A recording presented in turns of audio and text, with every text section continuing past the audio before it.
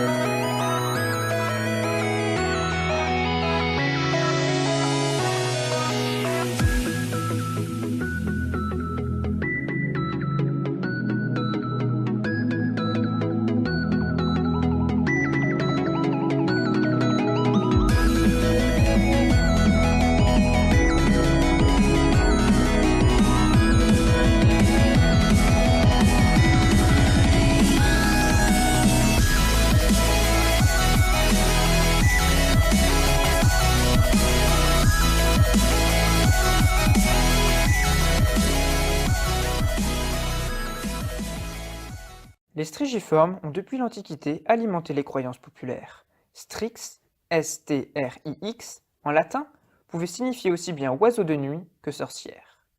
Au XVIe siècle, Strige qualifiait une déesse vampire suçant le sang des enfants la nuit.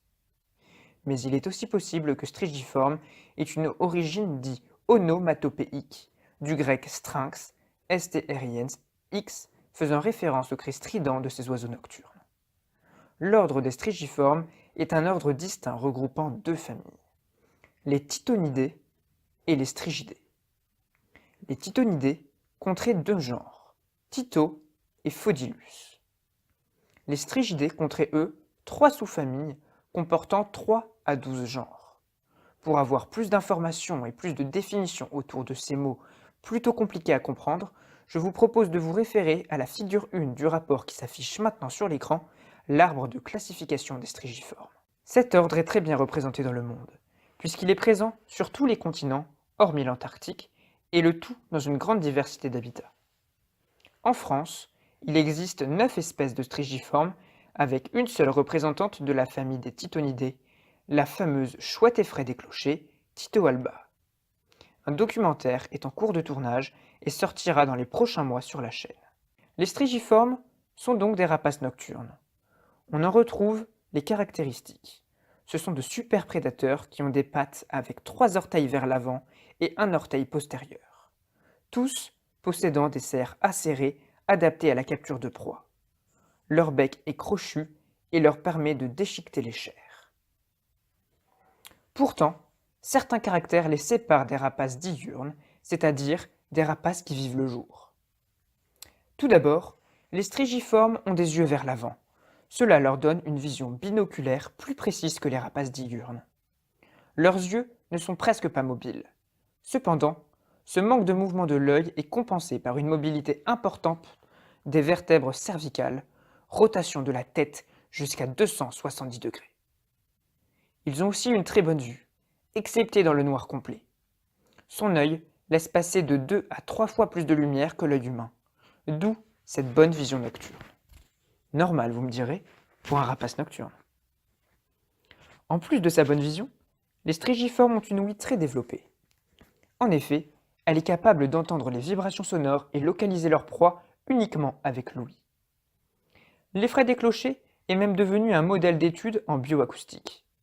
Leur disque facial agit comme une parabole qui va concentrer les ondes sonores, ces dernières qui vont ensuite être envoyées vers le système auditif se trouvant à l'arrière des yeux.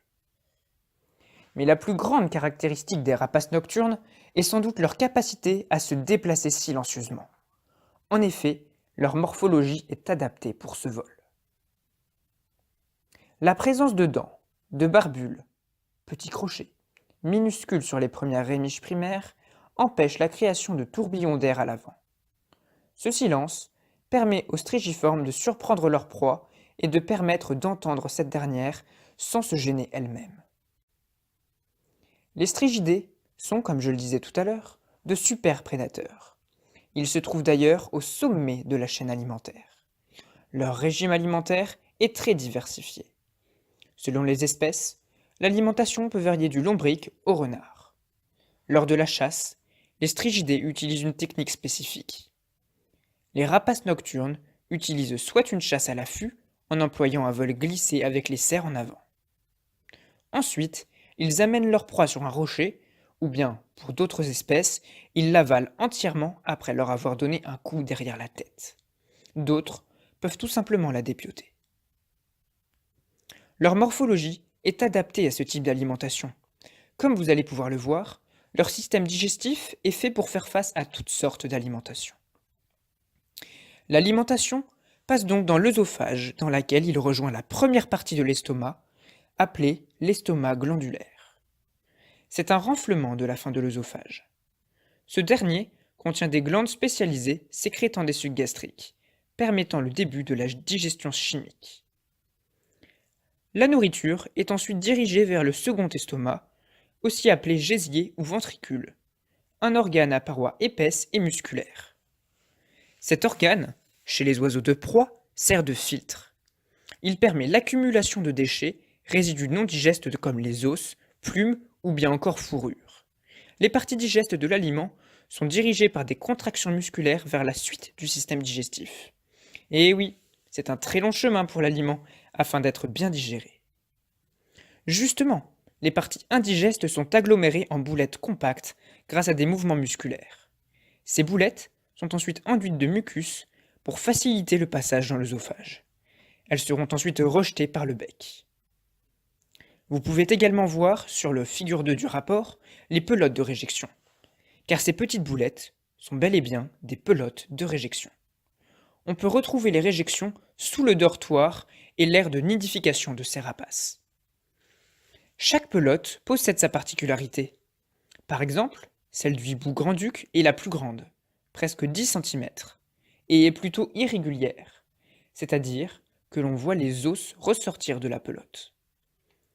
Tandis que les pelotes de l'effraie des clochers, de la hulotte ou du moyen-duc sont de taille moyenne, environ 5 cm, parfois moins. On les différencie ainsi par leur forme. Contrairement aux rapaces diurnes, les strigiformes ne possèdent pas de jabot. Ce dernier permet aux aliments d'être stockés. Cette absence les limite à avaler uniquement ce dont ils ont besoin ou bien à stocker leur proie. Le hibou grand-duc est le rapace le plus grand du monde, avec une longueur de 59 cm, pouvant même atteindre les 73 pour les femelles. Son envergure aussi permet de le reconnaître facilement, avec ses 148 cm pouvant aller jusqu'à 180 cm d'envergure. Le tout pesant près de 2 à 4 kg, une masse énorme pour une chouette, ici un hibou.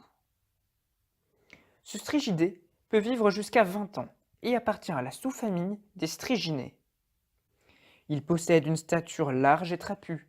Je vous propose donc un petit descriptif de ce hibou, de façon à ce que vous sachiez le voir dans la nature. Le plumage du dos, marbré et rayé, noir, avec un ventre plus pâle et des stries noires. Il possède des aigrettes noires et fauves. Les aigrettes permettent de connaître son humeur.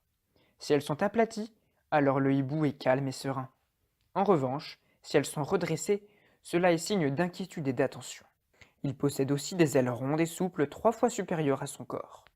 En vol, on le reconnaît à ses ailes de couleur brun foncé avec les extrémités plus claires. Son chant, ou oh, peut être entendu jusqu'à 4 km. Ses cris d'alarme sont plutôt aboyés. À savoir qu'il y a 2 périodes de chant dans l'année.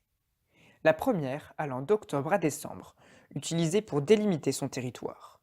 La seconde, durant les mois de janvier et février, pour attirer sa dulcinée. Le hibou grand-duc est réparti dans toute l'Europe, sauf dans le nord-ouest. En France, on le retrouve dans la partie est, le Massif central, les Alpes et le pourtour méditerranéen, ainsi que les Pyrénées. Il préfère les zones escarpées et rocheuses, ayant des espaces boisés et couverts pour nicher. Vous pouvez voir plus en détail sa zone de répartition grâce à la carte qui s'affiche sur l'écran. La grande puissance du grand-duc lui permet d'avoir une grande diversité, autant en taille qu'en régime alimentaire de la proie. Il peut varier du micro-mammifère tel que les campagnols, les mulots, ou bien aller jusqu'au lièvre, voire même le renard. Il peut même aller jusqu'à consommer du faucon pèlerin ou bien du grand tétras. Bref, une grande diversité pour un grand hibou. On dénombre environ 1900 à 3800 couples en Europe, dont environ 1500 nichant en France. Le grand-duc est un oiseau fidèle à son partenaire ainsi qu'à son site de reproduction. La femelle peut pondre 2 à 5 œufs blancs et arrondis entre fin mars et début avril. Elle couve jusqu'à 1 mois et ne quitte jamais le nid lors de la couvaison. Les jeunes sont ensuite nourris pendant 22 semaines et commencent à voler vers 9 à 10 semaines. Ils quittent petit à petit leurs parents vers septembre-novembre. Ils sont considérés matures à l'âge de 3 ans. Hélas, l'activité humaine est la principale cause de décès du hibou grand-duc. La présence de pylônes électriques, de barbelés sont de bons exemples. Sa chasse, se faisant au ras du sol dans des espaces dégagés, n'arrange rien, car ce chasseur passe au ras des routes. Elle représente la cause de mort principale de ce grand hibou. Par conséquent, la population du grand-duc est menacée. Elle se trouve sur la liste rouge des espèces menacées dans le monde, ainsi qu'en France, où il est d'ailleurs classé en préoccupation mineure. Ce hibou de moyenne taille appartient à la famille des strigidés et à la sous-famille des Azioninés. Il mesure environ 35 cm avec une envergure d'environ 90 cm. Il peut peser de 250 grammes à 300 pour les femelles.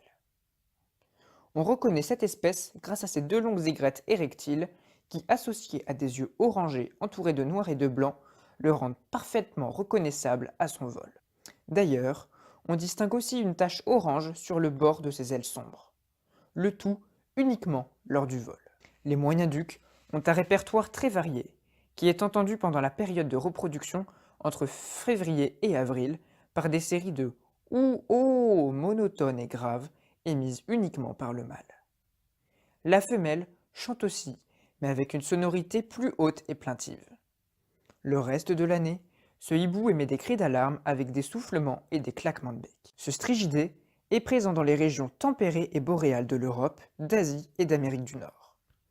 En Europe, il est très répandu, sauf dans le nord-est, pays scandinaves, Baltes et Russie, où il ne fait que nicher.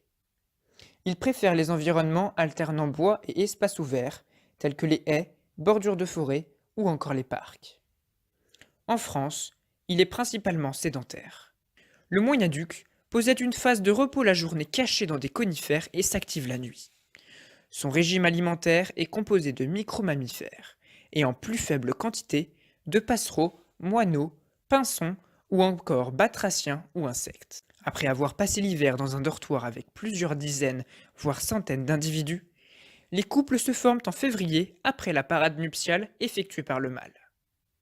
Entre fin mars et début avril, la femelle pond alors 4 à 5 œufs arrondis et blancs. La femelle va les couver pendant environ 27 jours. Les jeunes restent au nid pendant près de 3 semaines, mais seront dépendants de leurs parents jusqu'à leur 10e semaine.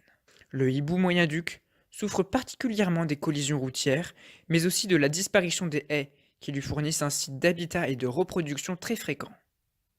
Néanmoins, leur population semble être stable en Europe et au beau fixe. 22 cm de longueur, 60 d'envergure. Rien que ça. Elle est l'un des plus petits rapaces nocturnes de France. Et avec ce record, la chevêche d'Athéna en bat aussi un deuxième. Elle pèse plus lourd que le mâle, et ce, malgré sa petite taille. 200 grammes pour la femelle et 185 grammes pour le mâle. Cette petite chouette a un plumage ponctué de couleur crème et pâle, strié de brun sur le dessous. Sa tête, plutôt plate, possède 2 sourcils blancs évidents au-dessus de ses yeux jaunes cernés de noir.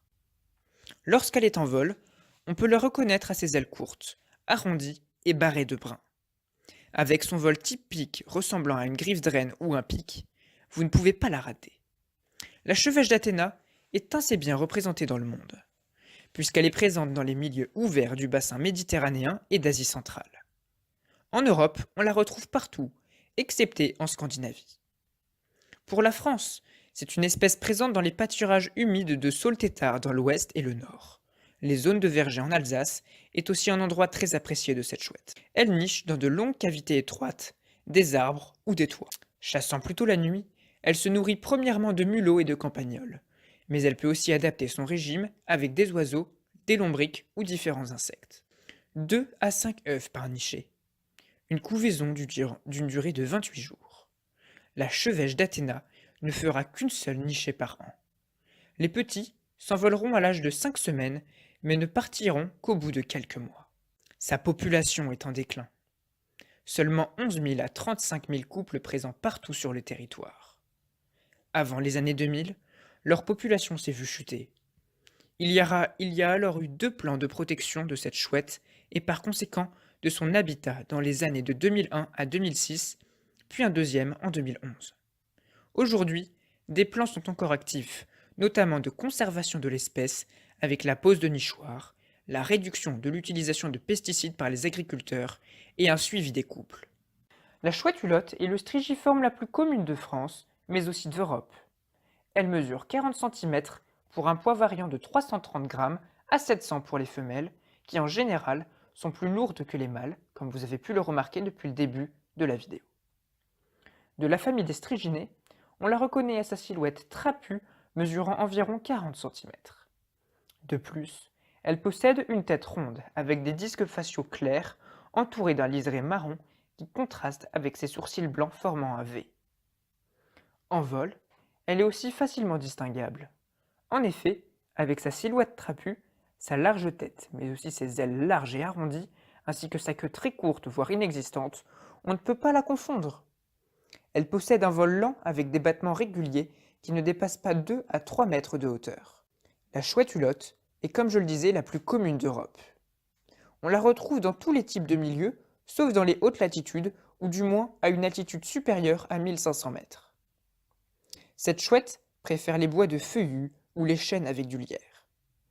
Mais de tous ces lieux, sa présence peut être trouvée vers les étangs, les bocages et même en ville. Pour un exemple, rien qu'à Paris intramuros, 35 couples ont été aperçus. Les hulottes sont très sédentaires. Elles ne feront des déplacements que de quelques kilomètres. Cette famille de chouettes a une activité nocturne. La journée, elles somnolent, le plus souvent cachées dans la végétation. Et dès le coucher du soleil, elles vont commencer à chanter, puis vont alterner des périodes de chasse et de repos durant toute la nuit jusqu'au lever du soleil. Durant leur période de chasse, elles vont principalement chercher des micro-mammifères comme des campagnols, mais aussi des batraciens ou des passereaux. On dénombre 500 000 à 1 million de couples en Europe. Ces couples sont très fidèles. La hulotte ne changera de couple uniquement lors de la mort de son partenaire. Ces derniers nichent dans d'anciens nids de corvidés ou de buses, mais aussi dans des cavités de murs ou bien de granges. La femelle pond environ 2 à 7 œufs en mars, mais uniquement 2 à 3 jeunes survivent, principalement à la chute du nid. Les jeunes sont émancipés au bout de 3 mois. La chouette hulotte est, comme vous l'avez remarqué, pas une espèce menacée grâce à sa forte adaptation à différents environnements, mais aussi à la faible présence de ses prédateurs. Cependant, les intoxications avec les campagnes d'éradication de rongeurs et les collisions sur les routes peuvent lui porter préjudice. Le petit duxcope est plus rarement observé que d'autres strigiformes en France, n'y étant présent que l'été. C'est un petit oiseau qui mesure de 19 à 21 cm pour un poids d'environ 150 grammes. Il est cependant assez commun d'entendre son chant près de villages et des bois méditerranéens. On peut d'ailleurs confondre son chant avec celui du crapaud accoucheur. Il a une silhouette assez élancée et une petite tête légèrement aplatie. On le reconnaît par son grand V gris entre les yeux, ses disques faciaux bordés noirs qui contrastent avec ses yeux jaunes et son plumage cryptique grisâtre à brun roux qui lui permet une grande capacité de camouflage contre les écorces des arbres. Il a un vol bref et précipité, peu ondulant. Ce hibou est un oiseau migrateur. Il hiverne en Afrique et va nicher en Europe. C'est en avril qu'on peut entendre les premiers cris de ce dernier en France, où on le retrouve principalement dans le Midi. Il repart dans sa zone d'hivernage dès le mois de septembre. Il est aussi peu sélectif en termes d'habitat. C'est un oiseau sociable qui peut vivre aux abords des constructions humaines, dans les parcs, jardins et vergers, ou bien dans les boisements clairs de feuillus en milieu semi-ouvert. Il se nourrit principalement de gros insectes, ce qui explique pourquoi il aime être principalement proche des villages. Il se nourrit également de lézards, rainettes ou petits rongeurs. La saison de reproduction s'étend du mois d'avril au mois d'août. Cet hibou niche dans des creux, parfois de vieux murs ou d'anciens nids. La femelle pond 3 à 4 œufs entre fin mai et mi-juin, qu'elle va couver pendant 24 à 25 jours. Les jeunes s'envolent début août, mais restent se nourrir par leurs parents pendant plus d'un mois. Environ 5000 couples nicheurs sont trouvés en France. Cependant, la raréfaction de ce hibou est principalement due à la disparition des vieux arbres et la diminution du nombre de proies due à l'agriculture intensive et par conséquent l'utilisation de pesticides. Les collisions routières constituent aussi une grande cause de décès importante du petit duxcope. Également appelé hibou brachiote, il mesure entre 30 et 40 cm pour un poids d'environ 300 grammes. En vol, on peut le confondre avec le hibou moyen-duc, mais son ventre blanc et ses bords de fuite blancs permettent de le différencier. Le hibou des marais est un des rares strigiformes à migrer sur de longues distances. En été, il est présent dans les Alpes et les pays scandinaves. En hiver, il est présent dans le nord-ouest de la France, en Espagne et dans le sud-est de l'Europe. Il s'y installera entre avril et partira à l'automne. Au Royaume-Uni, il est sédentaire, c'est-à-dire qu'il reste à l'année dans une même zone, aux Pays-Bas et au Danemark.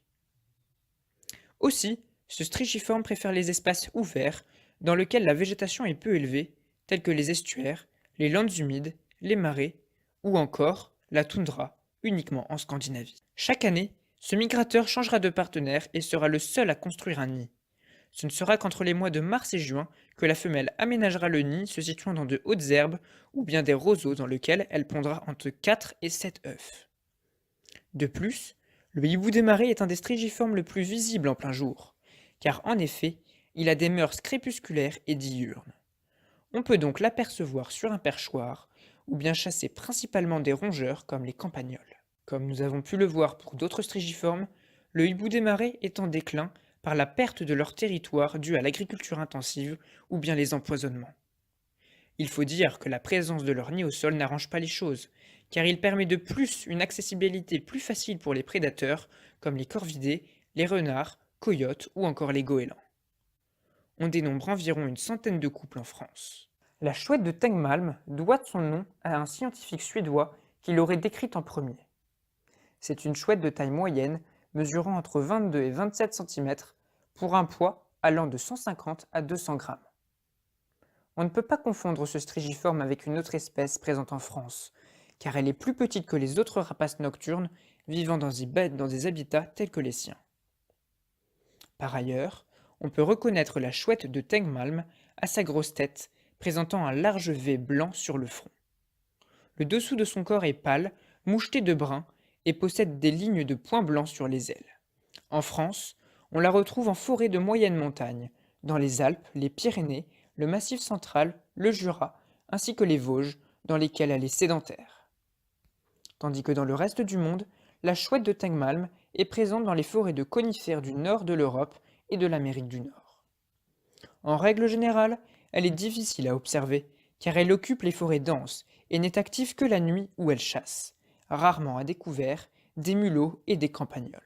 Entre 1500 et 2000 couples nichent en France.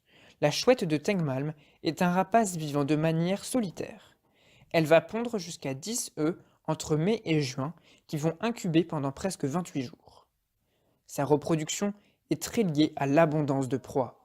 En cas de forte abondance, les pontes sont précoces et avec de nombreux petits, alors qu'en période de pénurie de proies, les pontes se font plus petites. C'est le plus petit strigiforme d'Europe. En effet, elle mesure entre 15 et 20 cm pour un poids d'environ 60 grammes. Comme la chevêche, elle a une petite tête plate et des disques faciaux très peu marqués.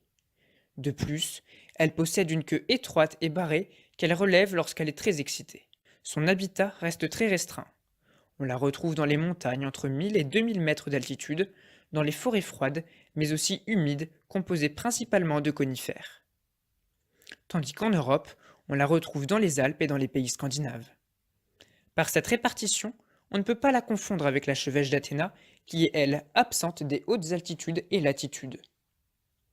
Le moment où cette chouette est très active reste l'aube et le crépuscule dans lesquels elle part chasser. Son régime alimentaire impressionne par sa taille. Elle peut manger de gros insectes jusqu'à des passereaux ou des oisans, étant aussi grosses qu'elle.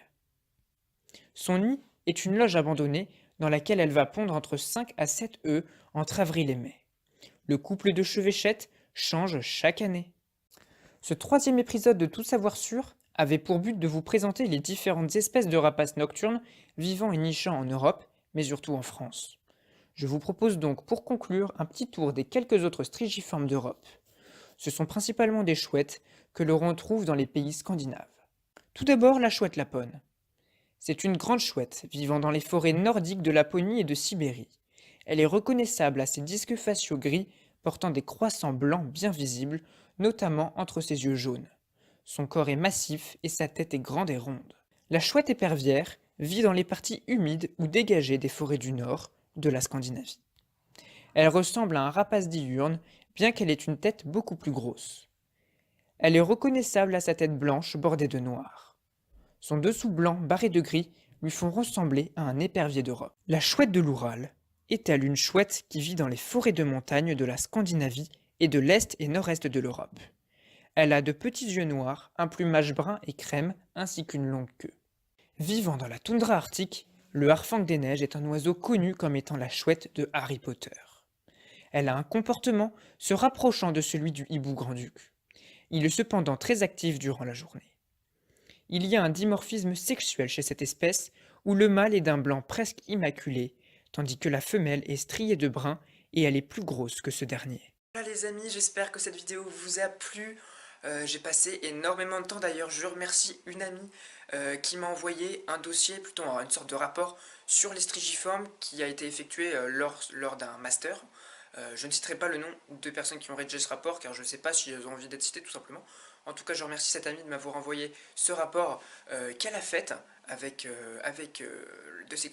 quelques-unes de ses collègues lorsqu'elle était en master tout simplement. Donc voilà, ça m'a permis de réaliser pas mal de vidéos, enfin pas mal d'informations sur cette vidéo que j'ai complémenté avec d'autres sources sur internet et puis aussi ce que je savais moi des chouettes effraies. Et des chouettes en général, je dis chouettes effraies parce que sort bientôt une vidéo à part entière, un hors-série de ce tout savoir sur les chouettes effraies, justement, un hors-série, parce que j'ai consacré ça justement à cette espèce. C'est un format un peu plus court, un petit peu plus dynamique, c'est un petit peu plus différent. J'ai préféré en faire un hors-série, puisqu'on avait déjà fait du coup une vidéo sur les rapaces nocturnes à part entière, donc j'avais pas envie de faire trop d'épisodes non plus, donc c'est une série qui sort moins souvent parce que c'est plus travaillé, donc j'avais pas envie de la bâcler, donc j'ai fait ça en hors-série, dans le style un petit peu plus dynamique, un petit peu plus court. Voilà, et puis j'espère que cette vidéo vous a plu, que vous a plu, que vous avez pu apprendre pas mal de choses. Moi je me suis bien éclaté à la faire, c'est comme d'habitude de toute façon. Je vais changer de main, excusez-moi. Hop, et puis voilà, j'espère que vous allez retenir pas mal de choses. Si vous avez d'autres idées de vidéos, tout savoir, ou vous avez envie que je parle d'un sujet, eh bien dites-le moi, que ce soit en privé, sur les réseaux sociaux, ou bien tout simplement en description de la vidéo, les amis. Et puis, moi, j'ai plus qu'une chose à vous dire, c'est tout simplement de profiter de la vie du quotidien. Le plus important, c'est de protéger la nature, les amis, qui est votre ami, je vous le rappelle. Et puis, nous, on se dit à très bientôt pour une prochaine vidéo. C'était Sun,